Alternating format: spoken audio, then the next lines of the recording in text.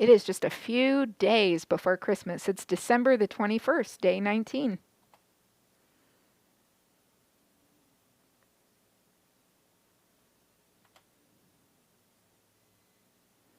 Micah chapter 5, verses 1 through 5.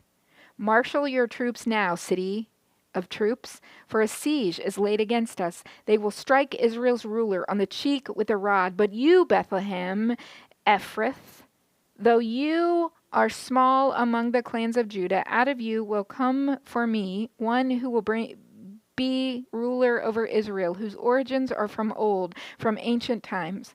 Therefore Israel will be abandoned until the time when she who is in labor bears a son, and the rest of his brothers return to join the Israelites. He will stand and shepherd his flock in the strength of the Lord, in the majesty of the name of the Lord his God, and they will live securely, for then his greatness will reach to the ends of the earth, and he will be our peace when the Assyrians invade our land and march through our fortresses. We will raise against them 7 shepherds, even 8 commanders.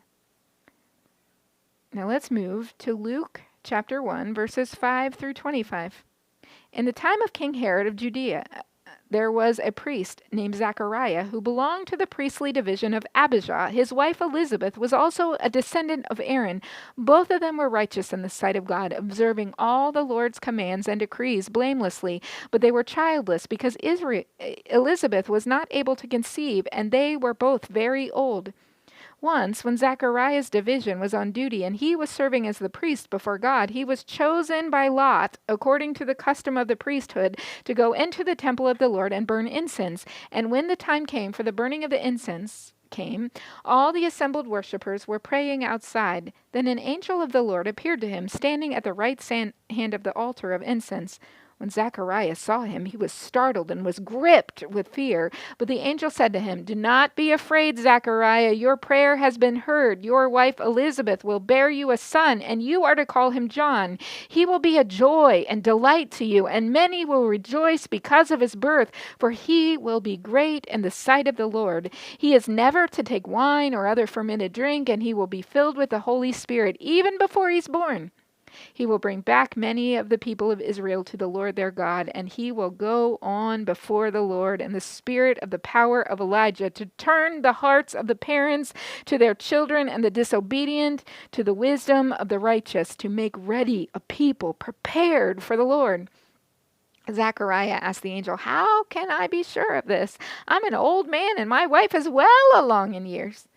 The angel said to him, "I am Gabriel. I stand in the presence of God, and I have been sent to speak to you and tell you this good news. And now you will be silent and not able to speak until the day this happens, because you did not believe my words, which will come true at their appointed time." Meanwhile, the people were waiting for Zechariah and wondering why he was staying so long in the temple. When he came out, he could not speak to them. They realized he had seen a vision in the temple, for he kept making signs to them, but remained unable to speak.